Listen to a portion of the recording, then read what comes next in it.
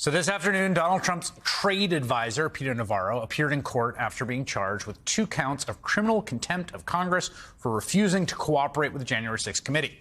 Each count carries a maximum of 1 year in jail and a fine of up to $100,000. Navarro was released without bail, ordered to return to court in 2 weeks.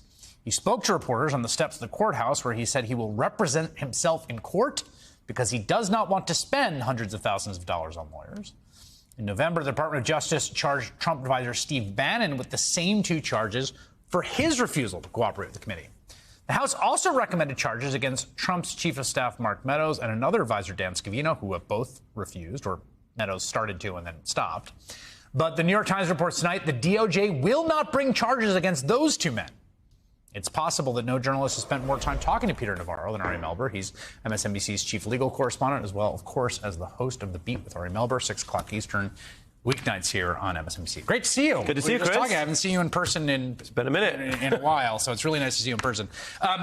First, let's start with Navarro charges. What do you make of them? How expected versus surprising was the development today?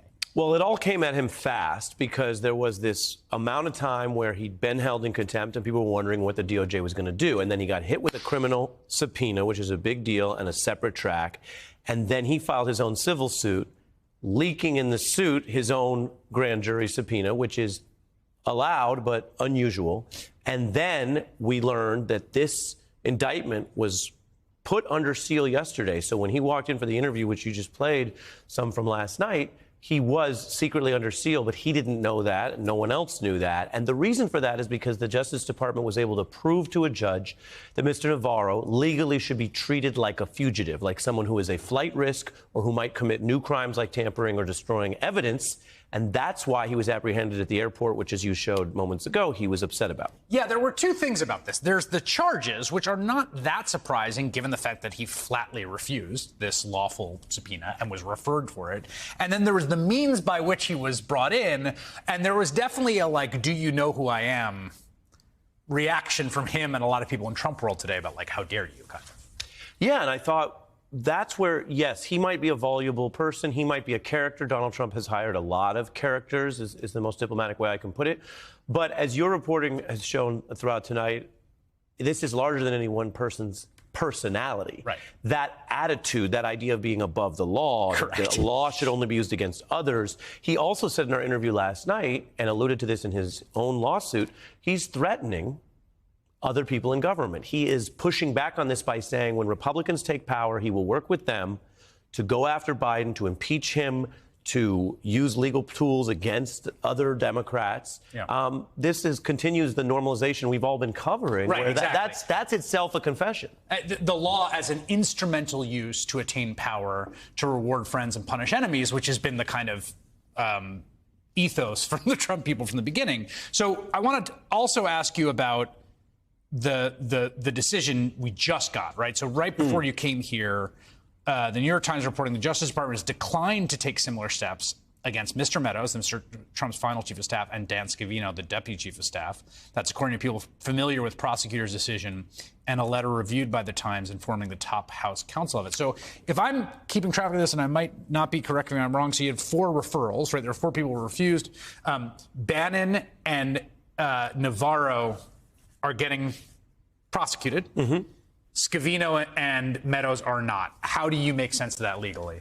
It's a great question, and we've learned more about what the Garland part, the DOJ, has been doing in this week than we have, I think, collectively in months. Yes, they were it was the part of the iceberg we couldn't see. And so going into these hearings next week, we now know exactly what you said, the disposition of all these cases. Meadows had the strongest argument because the fairest way to put it is that he cooperated or pretended to initially, and then they ran into disputes.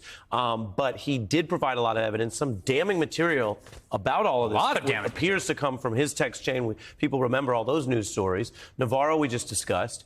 Scavino is the smallest fish. And then that sort of rounds it out for those 4. But I do think this is, if you look at the precedent, now you can say the DOJ has indicted more than one person for defying these congressional subpoenas. That is a more aggressive stance than most Justice Departments, but this has been more blatant defiance than in history. But it sends a message to others. yeah, you got 50-50 odds of getting indicted. Yeah, and you know, keep in mind when you say the sort of more blatant defiance, I mean, Steve Bannon was basically like on his podcast being, you know, go stuff it. I mean, there wasn't, you know, with Meadows, there was a legal process, there were negotiations, there was back and forth. Sometimes they try to find accommodation. I mean, Bannon basically, you know, gave him the finger. Yeah, and that's where there's sort of this, you mentioned that it has become part of this right-wing MAGA effort by some of these operatives to say they will go farther. It's sort of a public Putin primary. And they want to show how hardcore they're willing to be. So Bannon and Navarro, people say, why do they talk at all? I mean, they talk to each other on War Room. Navarro did several interviews, as you know. They are trying to defy Congress and make themselves look bigger in the MAGA movement while doing this. Legally, the question is, if they do actually lose at trial, how big are you in a movement if you're incarcerated?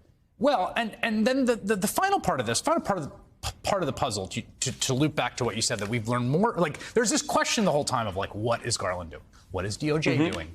There seems to be on its face enough predicate for a criminal inquiry here. You have a judge in the Eastman trial ruling that the preponderance of the evidence indicates a crime was committed, ergo the crime fraud exception pertains to this memo. What is the Department of Justice doing?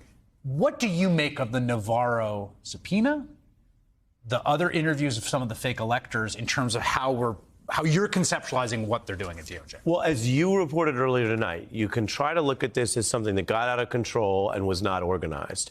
But when you put together the efforts to recruit state legislators, to put in fraudulent electors, to recruit Pence, or as you said, his replacement to do this, all of this was driving towards trying to have America go to bed on the evening of the 6th without it being resolved. And then it's only under 2 weeks to the transition day.